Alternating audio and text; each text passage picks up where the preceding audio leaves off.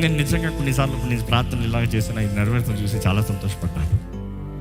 ఇది ఎవరో బయట గురించి కాదండి, మా మా మా మా సర్కిల్లోనే కొంతమంది నా ప్రారంభ జీవితాన్ని చూసి తెగ విమర్శన ఈడిట్ట చేసి డాక్టర్ చేసి ఆడట్ట ఇట్ట నన్ను ప్రభావ వారికి నేను పడి ప్రయాసం ఏమీ అర్థం కావట్లేదు, నేను చేసింది అర్థం కావట్లేదు, నా సక్సెస్ మాత్రం చూస్తున్నారు, నా సఫరింగ్ చూడట్లేదు ప్రభా, కొంచెం వారిని ఆశీర్వదించవా. ఏమైనా ప్రార్థన చేశాను, వారిని కొంచెం ఆశీర్వదించవా.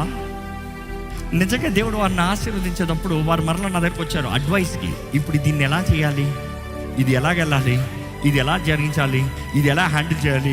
I genuinely bless them, help them. వాళ్ళు ఏమేమి తెలుసా, busy with their own life. గొప్పగా ఎదిగే వ్యక్తి, ఆశీర్వదించబడే వ్యక్తి ఇంకోటి గురించి మాట్లాడుకుంటా కూర్చోడండి. అర్థమైన పాయింట్. సో నువ్వు వాడిని ఆశీర్వదించాలని ప్రార్థన చేస్తావు, వారు బిజీ అయ్యారు, నువ్వు ఫ్రీ అయ్యావు, నువ్వు ముందుకెళ్తావు. బట్ దెన్ కొత్తోడు ఇంకోటి వస్తాడు. Can you bless them? That is the challenge.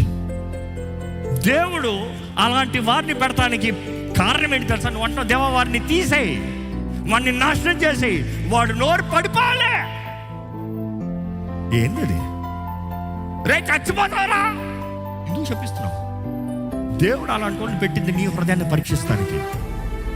నువ్వు ఎంత మెచ్యూరిటీలో వచ్చావు, how much do you love, how much can you bless, how much can you share. నీ హృదయ పరీక్ష.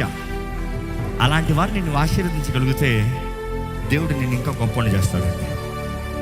నా జీవితంలో నేను చెప్పాలంటే విమర్శించింది బోల్డ్ మంది, కానీ ఎక్కడ నా జీవితం కిందకు పోతూనే ఉంది పై,